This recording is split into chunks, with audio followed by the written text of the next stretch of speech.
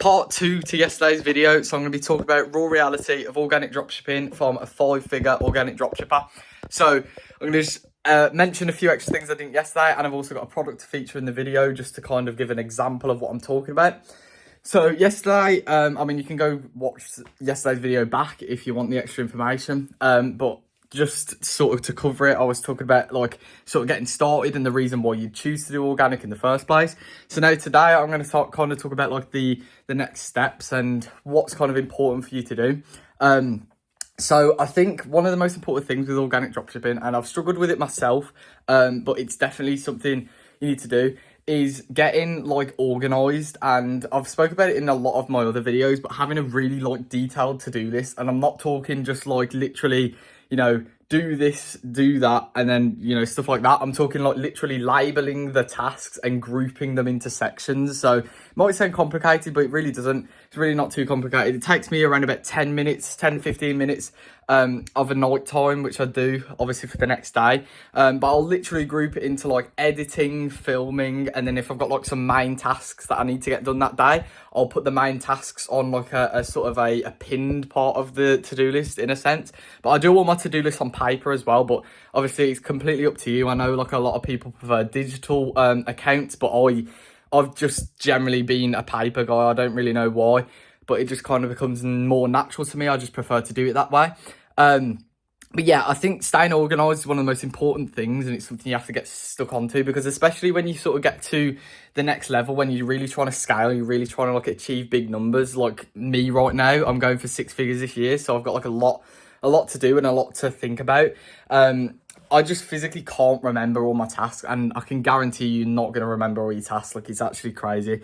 Especially right now. I mean, if I just take a quick glance at my to-do list without revealing it, I've literally got like 11 different like products and stuff to edit for, and everything, and film. So there's a lot of different things on that. Now, obviously I'm not running too crazy, like 11 products in general. Like I'm doing some like reposting and stuff as well, just to kind of blow the products up a bit more, like with the main brands, because that's another thing you can do. Like once your brand's big, once you've got like a lot of followers, if you're struggling to find a product in between, I've just been like reposting my videos, and I mean, they still do pretty well. Like it's pretty average views, but it's just something as a placeholder until you find another product. Because I find the only problem with organic is if you're actually going to run a product like handheld, and you're not just going to, you know, get clips and bunch them together, then it's kind of like that waiting phase in between is the make or break for the product. Like, are you going to put the work in? Are you going to get the video ideas? Are you going to plan out everything? Or are you just going to sit there and wait for it and then just deal with it when it comes? Like, that's another thing with staying organized.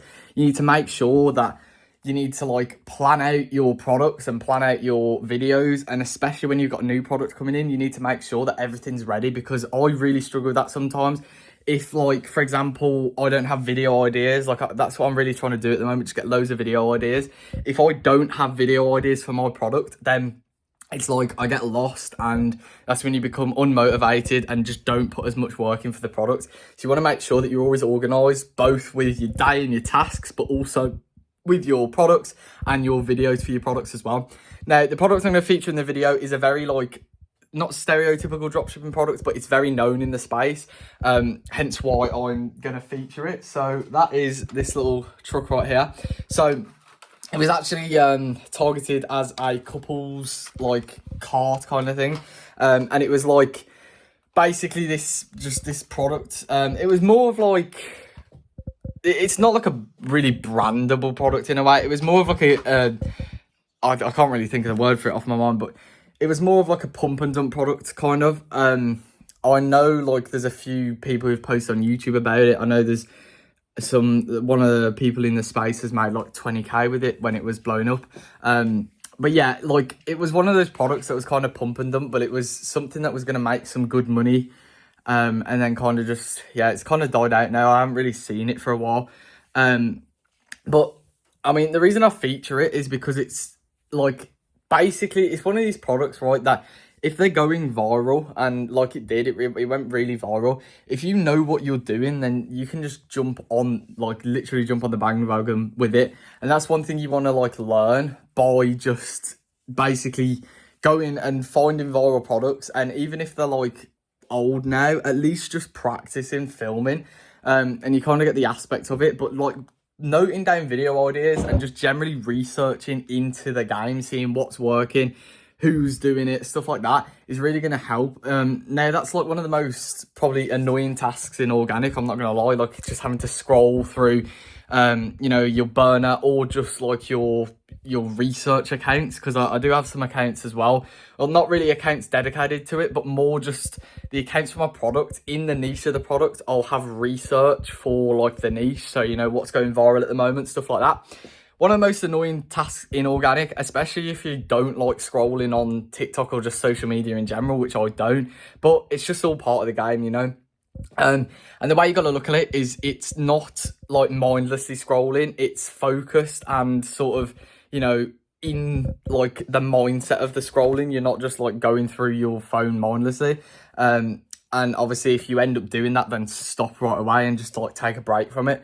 Hence why a lot of people who like, you know, push out the burner method and stuff tell you, you know, don't like just sit there for like 6 hours straight on it, just take breaks. But I wouldn't recommend going on your burner for like 6 hours a day anyway, because, you know, you're just going to end up procrastinating and not actually running anything. But yeah, so that's kind of another thing, just staying organised and being like focused on the tasks that need to be done. And you can do this by like looking at other people, other dropshippers, see what they're doing, see what's working, because market research is a massive thing.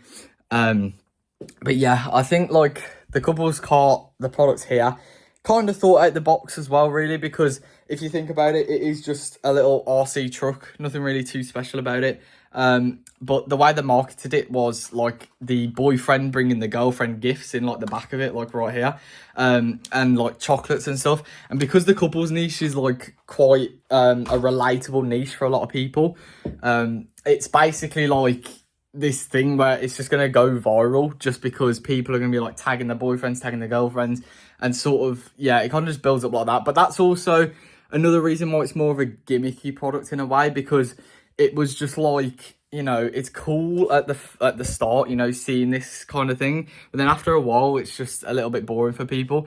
And the only way you really get through that phase is if the product's really, really, really good and it brings some real value. But that's not really going to bring much value, just purposely because, you know, it's not like a product that's gonna, it's not like, if you imagine, right, if you were like the girlfriend or the boyfriend in this situation, you brought that product, it's, let's be real, like a few months time you're not going to be bringing snacks on it, or you like, it's just going to sort of become one of these things that ends up like in the back of your house and stuff like that. So that's why I kind of say I believe the product's died out a bit now. It might still be making sales. I'm not going to like have an answer on that because I haven't actually seen, but I haven't seen it in a while, so I'm guessing that it's kind of died out.